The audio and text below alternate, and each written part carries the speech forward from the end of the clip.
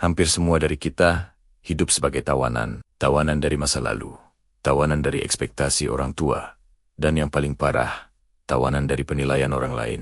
Kita merasa bahwa untuk bahagia, kita harus menjadi versi yang diinginkan dunia. Kita takut membuat kesalahan.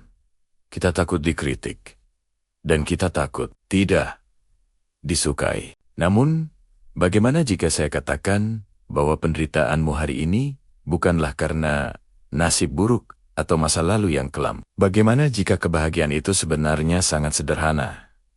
Namun kamu sendiri yang memilih untuk tidak bahagia. Hari ini, Logika Dingin akan membedah salah satu buku paling revolusioner di abad ini. The Courage to be Disliked, karya Ichiro Kishimi dan Fumitake Koga. Buku ini membawa kita ke dalam percakapan 5 malam antara seorang pemuda yang penuh amarah dengan seorang filsuf yang memegang teguh ajaran Alfred Adler. Salah satu dari 3 raksasa psikologi selain Freud dan Jung. Siapkan dirimu. Apa yang akan kita bahas hari ini akan menghancurkan fondasi pemikiranmu tentang trauma, hubungan sosial, dan arti kebebasan. Ini adalah perjalanan untuk menemukan keberanian untuk tidak disukai demi menjadi dirimu yang sejati. Malam 1.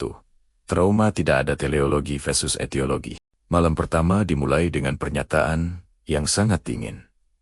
Trauma tidak ada. Kebanyakan orang, dan bahkan psikologi Freudian, percaya pada etiologi bahwa masa lalumu sebab menentukan siapa kamu hari ini. Akibat, jika kamu dibuli saat kecil, kamu menjadi pendiam sekarang. Jika kamu gagal, itu karena orang tuamu keras. Adler membantah ini dengan teleologi. Adler berargumen bahwa manusia tidak ditentukan oleh masa lalu, melainkan oleh tujuan yang ingin mereka capai saat ini. Mari kita pakai logika dingin. Ada seseorang yang mengurung diri di kamar karena trauma masa lalu. Secara etiologi, kita bilang dia takut keluar karena trauma. Tapi secara teleologi, dia tetap di kamar karena dia punya tujuan untuk mendapatkan perhatian orang tuanya atau menghindari risiko gagal di dunia luar. Dia menggunakan trauma sebagai alasan agar tidak perlu berubah. Sangat keras, bukan? Adler mengatakan bahwa kita sering kali memilih untuk tidak berubah karena meskipun hidup kita sekarang menyedihkan, setidaknya hidup ini sudah kita kenal. Berubah itu menakutkan karena penuh ketidakpastian. Jadi, kita menciptakan narasi bahwa kita adalah korban masa lalu, agar kita punya alasan untuk tetap diam. Malam 2.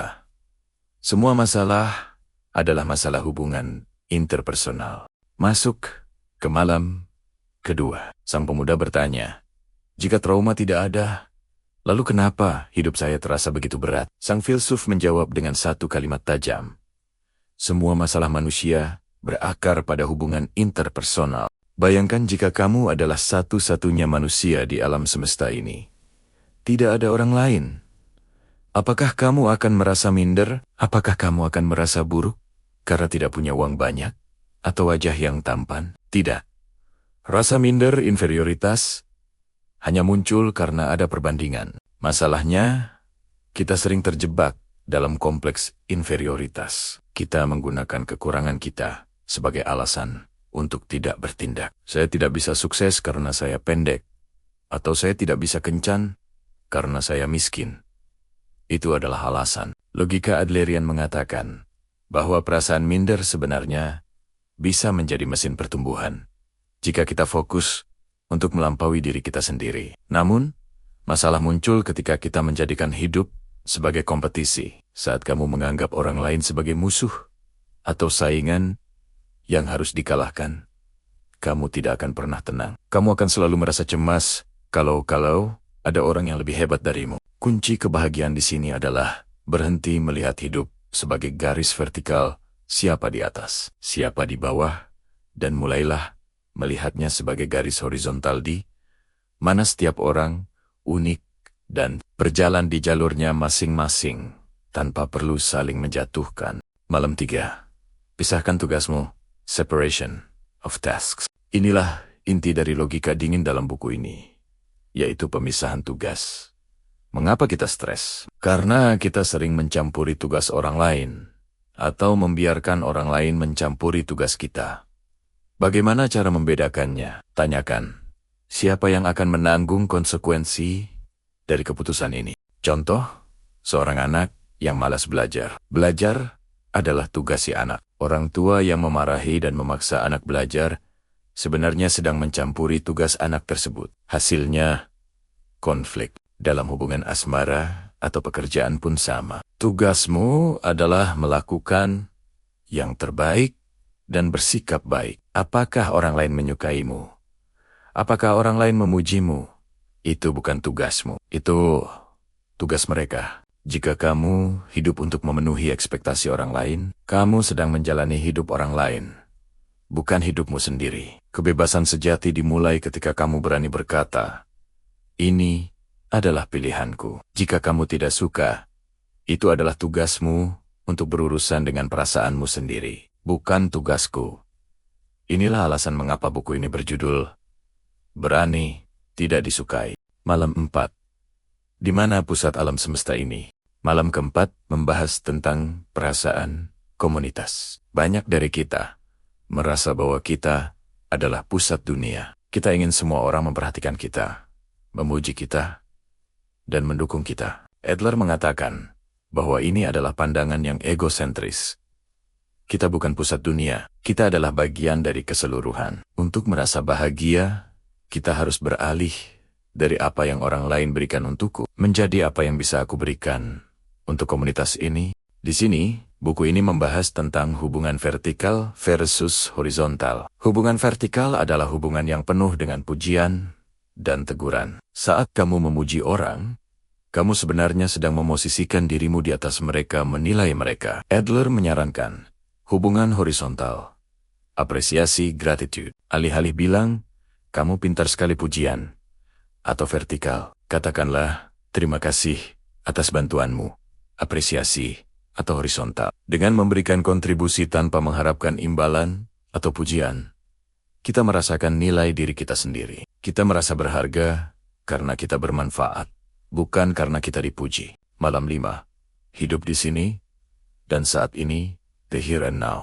Malam terakhir adalah tentang filosofi waktu. Kita seringkali tidak bahagia karena kita terlalu fokus pada masa lalu yang tidak bisa diubah, atau masa depan yang belum tentu terjadi. Kita menganggap hidup sebagai perjalanan menuju puncak gunung. Jika kita tidak sampai ke puncak, hidup kita gagal. Adler menawarkan perspektif berbeda. Hidup adalah tarian.